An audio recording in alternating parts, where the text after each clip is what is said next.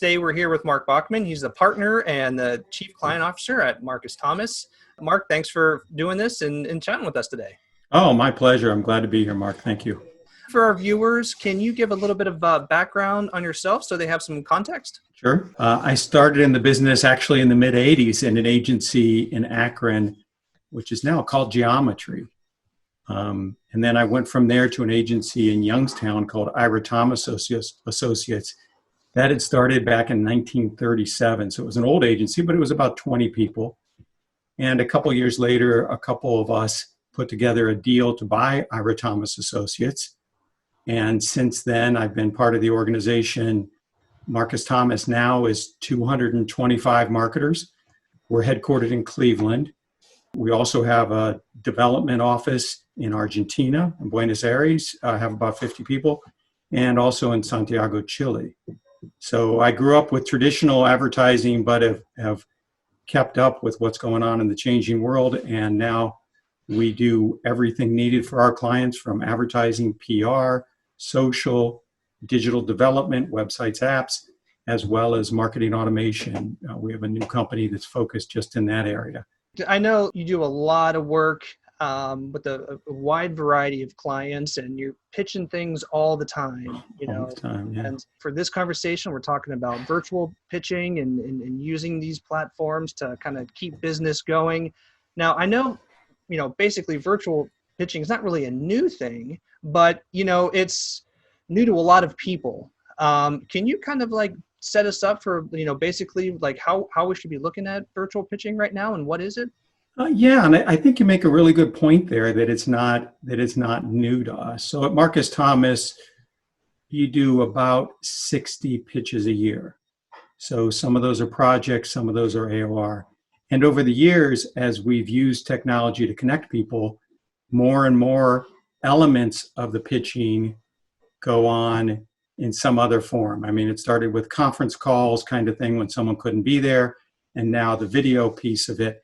But what's interesting to me about the pitching today, especially over the last, call it 2 to 3 months, is that from the first email to the phone call where you decide whether you're interested in one another, to the RFI process, to the RFP process, to the nice to meet you, to here's the MSA, sign the agreement. All of that now is done without a physical handshake or looking at somebody eye to eye in the same room. And that's what's different. I've been pitching business for 30 years, and I don't know that before I ever signed a piece of business without at some stage in the process being face to face with individuals who we're going to do business with. So that part to me is particularly new. So going through that process, it's just fascinating to me because, I would imagine that, through that, when you're talking with people in a normal environment, you build rapport and you make friends and you kind of, build this kind of relationship before you sign anything. Doing it virtually, how does that play into that whole thing? Well, I think that we as marketers have to keep thinking about it the same way we did before. How do I clearly understand the business challenge that this client has? How do I get to know the individuals that are involved in the process?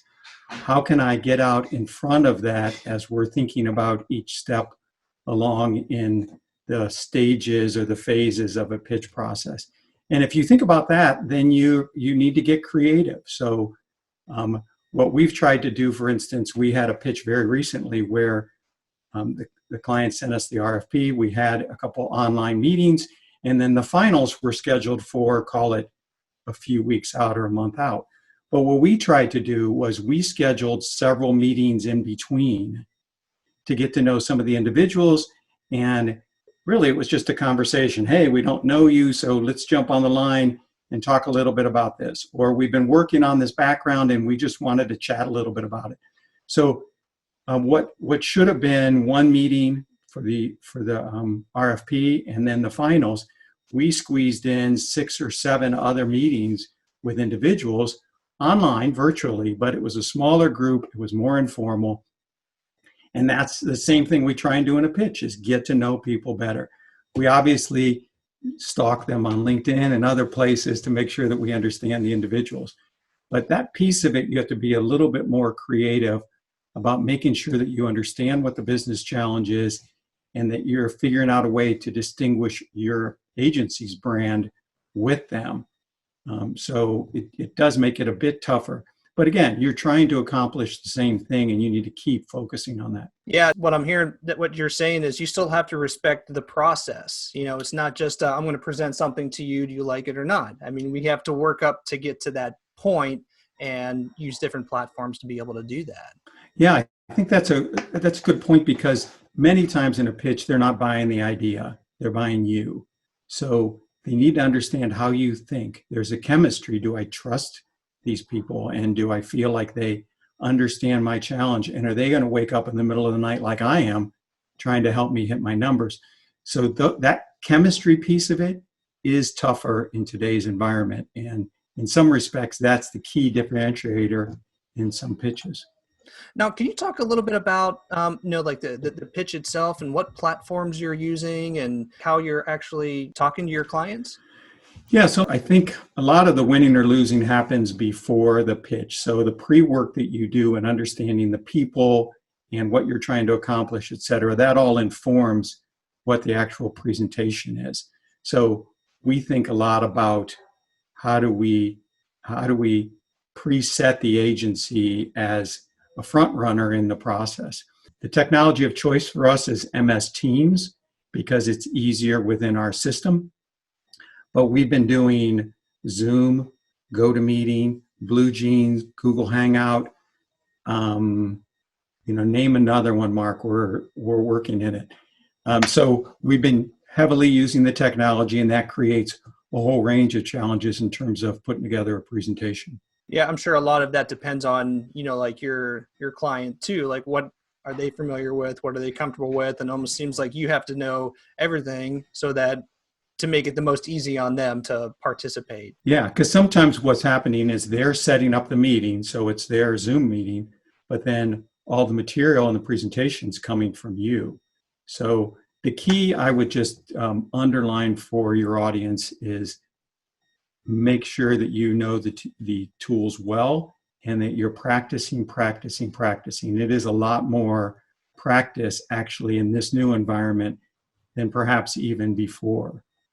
And that's just a matter of trying to create a production, because now what a pitch becomes, used to be you think about the theater of the room, now you're thinking about the theater on the screen, and it almost feels like you're producing a TV show.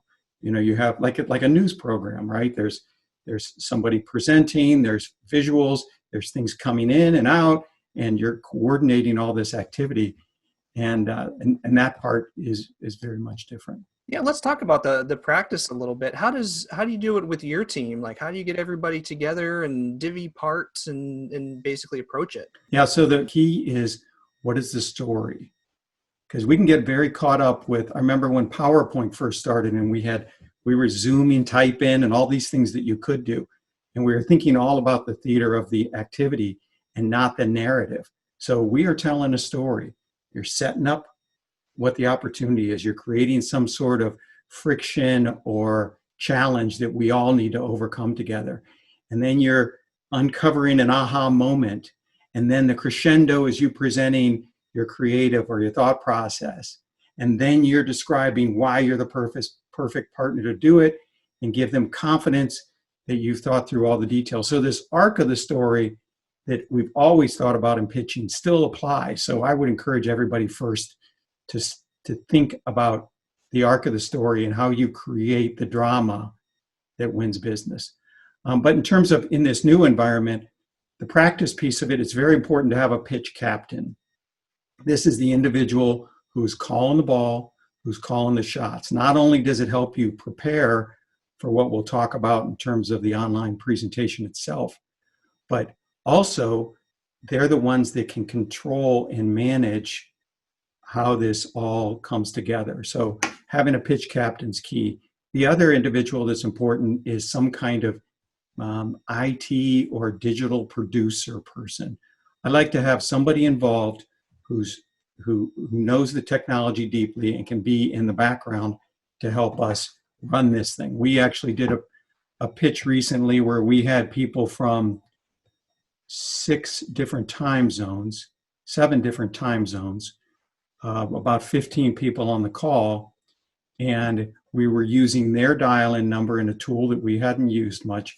So we hunkered down with our IT person on the tool. We thought through all the pieces, parts, and we worked through the entire presentation.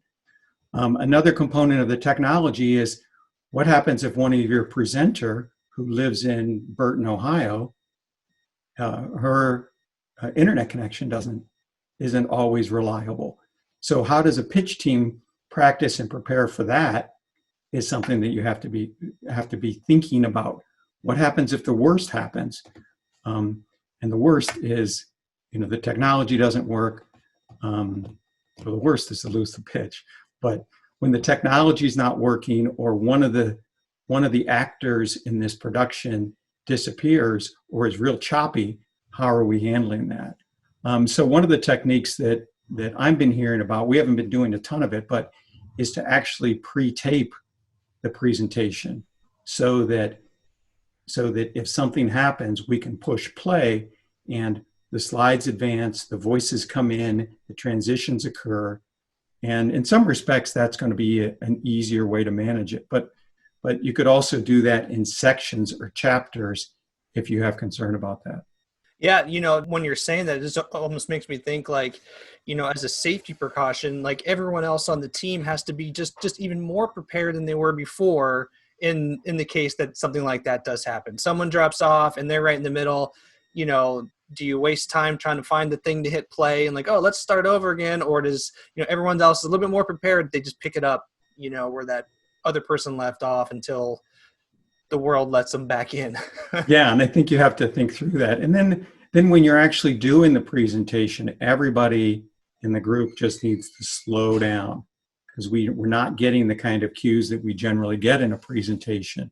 So you need to leave air in the presentation and pausing after each slide or each section and actually stopping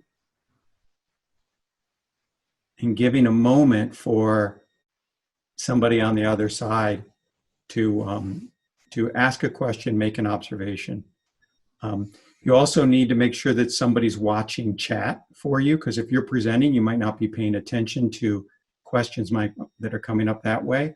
Or the reverse happens as well. Your client loses her connection and she drops out right when you said something really brilliant and you don't know that. So you need somebody who's watching to make sure the attendees are staying there and if there's any chat. And that's just a tip as you're in the presentation itself, but that's one more thing you have to think about. Yeah, when you say that, it almost makes me think that in this platform, you almost want to minimize those chances of something, kind of getting miscommunicated or, going wrong. Like, do you try to minimize the amount of people that you actually have talk? Maybe some people are present, but for technical reasons, maybe we should just have a certain number of people talk, or do you just kind of do what you normally do and just in a digital environment?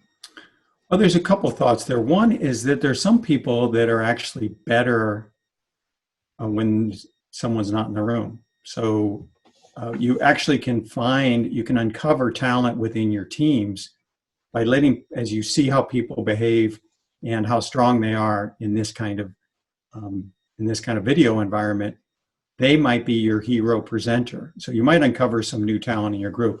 But to answer the question specifically, yes, I like to have fewer number of presenters, but I can put more people in the room. So the presentation I just described a minute ago that was an international presentation, here were the presenters, and then I also introduced also in the room are people from these three groups. So if you'd like some more insight or we dive deep into those particular topics, I'd like to have those folks respond to that directly. So they don't have a speaking role in the pitch that's assigned, sort of a scripted role, but they do have an important role because the client says, tell me about this or that, and you have those people in the room. And if we were all traveling to the UK for that pitch, believe me, I wouldn't have taken all 7 or 8 people. I would have taken the, 4 presenters or 3 presenters. And this environment allows me to put as many subject matter experts in the room as are necessary to demonstrate skills. Yeah, I wonder if we can dive maybe into the tips part of it on, how to read the room a little bit more. You mentioned things like make sure someone's watching for comments and, make sure that you're giving, plenty of time and pause for response. But it kind of drives me nuts. Like when you're talking to someone, maybe they have a bad connection and there's like a 5-second delay and you don't know whether that's, they don't like what you just said or they're on the moon or, like how you deal with that. Are there other tips, maybe we can use when we're in this environment to kind of read what other people are doing there?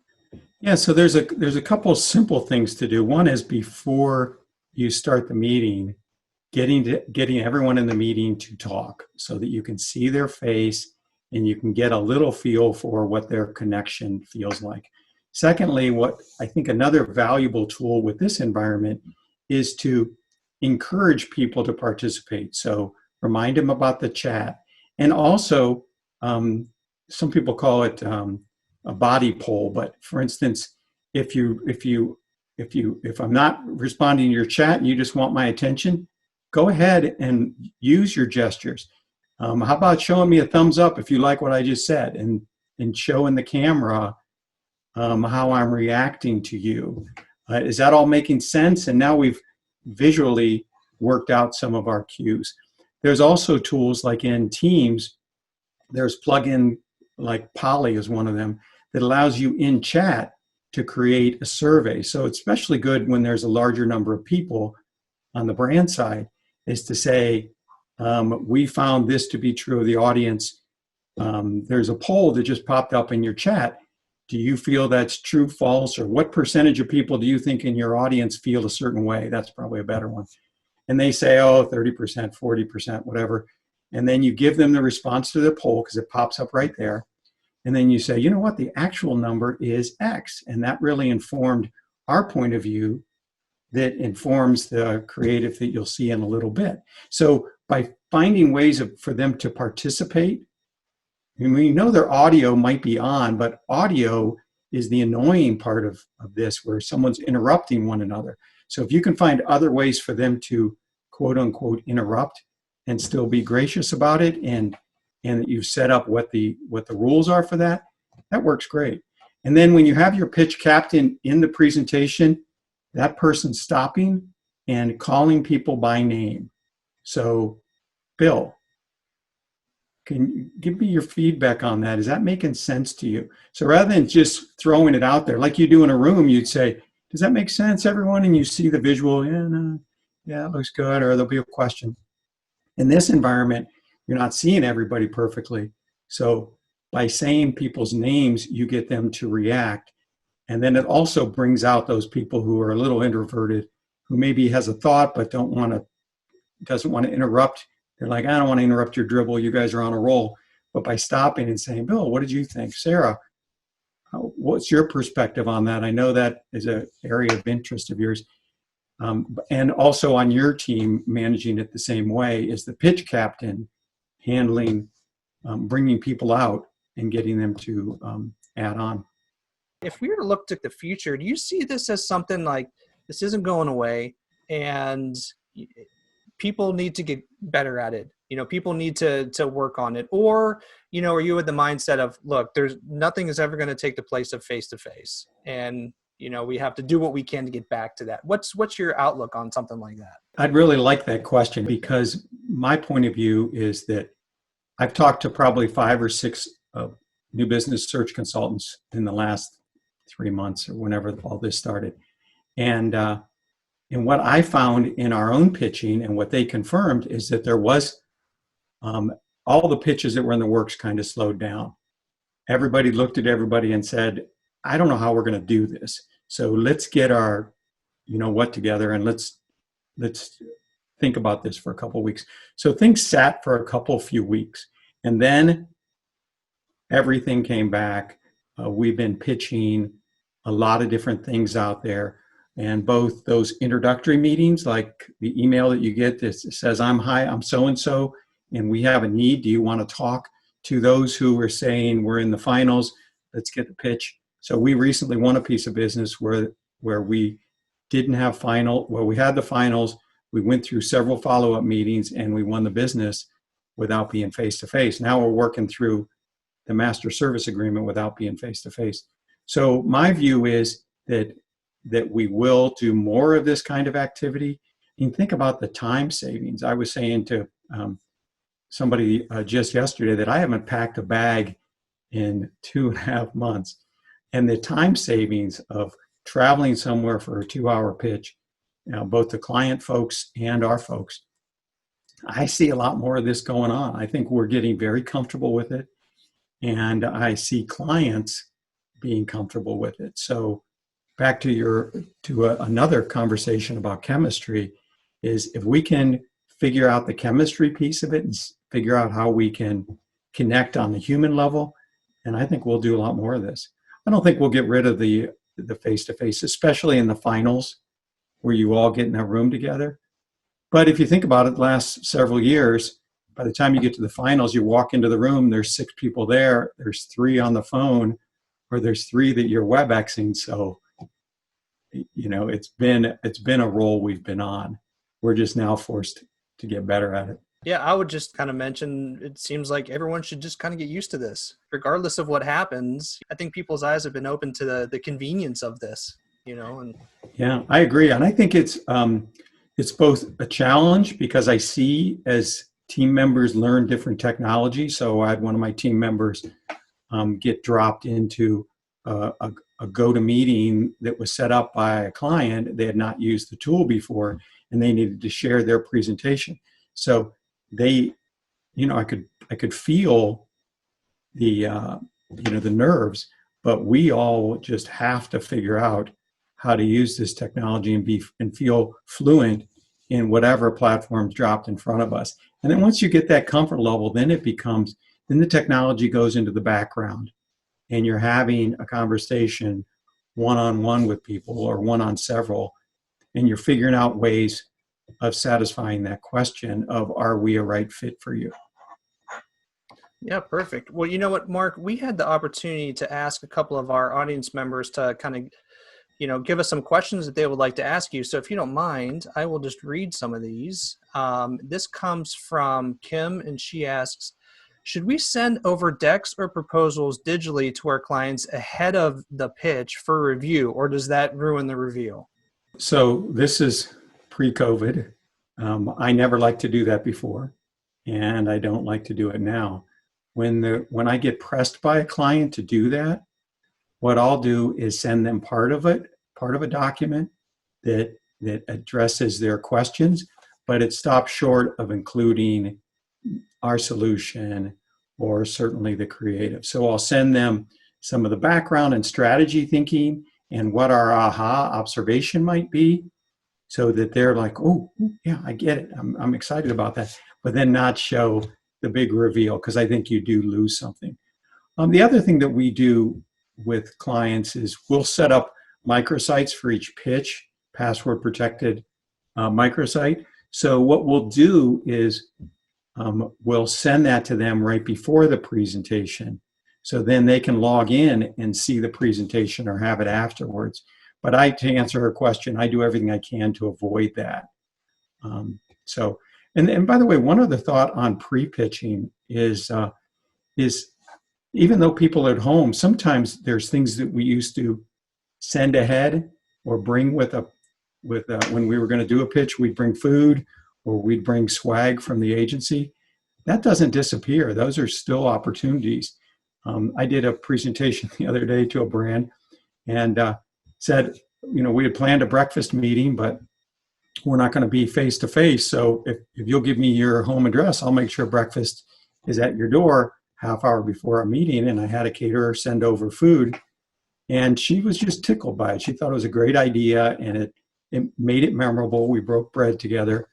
And some people will share that kind of information. Some people won't, but I would think about those kinds of things in terms of creating the excitement beyond just sending the pitch ahead. Is how else can you create excitement prior to the presentation? Yeah, that's fascinating because I'm thinking about what you said earlier, about the arc, the story arc that you go through in the entire process. And you would just have to be careful that whatever you're sending ahead, whether it's convenience or not, doesn't disrupt what you want your arc to be. I guess you want to control that arc and not lose some of the gusto that comes with it. Yeah, so one other variation on that question. Um, Usually there's, in the finals especially, there's a CEO or a senior level executive in the room. 90% of the time they didn't look at the pre-reads. They might not even see the RFP that you got. So when you present, you're going to have to present it anyway. So if somebody's asking for a copy of the deck in advance, sometimes it's just for his or her comfort level that, the main contact person, maybe it's the CMO or manager. So, when the push comes to shove, sometimes you do need to send it ahead, and we certainly have, but that's not been my preference. Yeah, next one here, Tom asks, what are some negatives of remote pitching and what do we need to be aware of? Well, I think that you do have to think a little bit about the presentation itself and the individual representation. So what are you doing relative to everybody's camera and making sure that we're handled appropriately, making sure that you're lit well enough that you're not distracting. This doesn't have to be, a newscast with professional lighting, but it wouldn't hurt. Some agreement about things like backgrounds. I'm seeing it's back to the PowerPoint. Remember when PowerPoint, we learned how to animate type, every letter spun in and annoyed or distracted from the presentation. Now with Teams or Zoom, you can create a background and there might be some energy around, let's create a client logo background, or let's put ourselves in a store. And we did that recently in a pitch where we put ourselves in their retail environment, but we only had it up there for a second to break the ice and then it disappeared. But there's a lot of different distractions going on as you're presenting virtually. People are, you get boring, so they're bailing on you. They're off doing their email.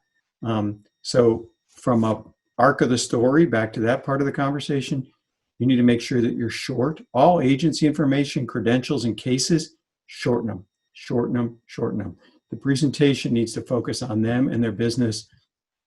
And you can't just keep the same number of slides in a presentation like this than you had done before. So those are one of the negatives. Also, in terms of just presentation style, I have a standing desk and present this way. Also, I feel like your voice has better projection when you're standing. So when we're pitching in person, we tend to stand. And I would encourage people to do that virtually as well, if it's an option for them. Think about how you can get up, share your energy. For instance, gestures. I can't gesture when I'm sitting. So just getting up, giving the energy, and sharing that is another thing you have to be aware of when you're remote pitching like this. One more here. James asks, what steps are you taking to train your creative staff to pitch virtually?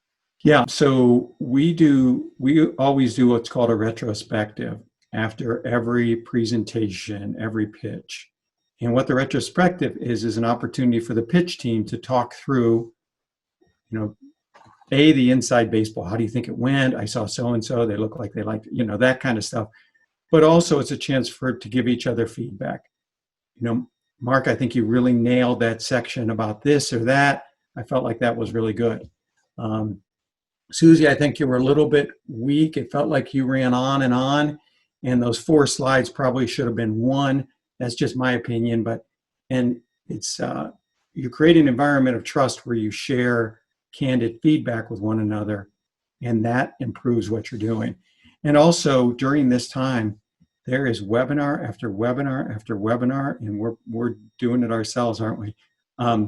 But it's about how do you virtually present? How do you tell a story from a distance like this?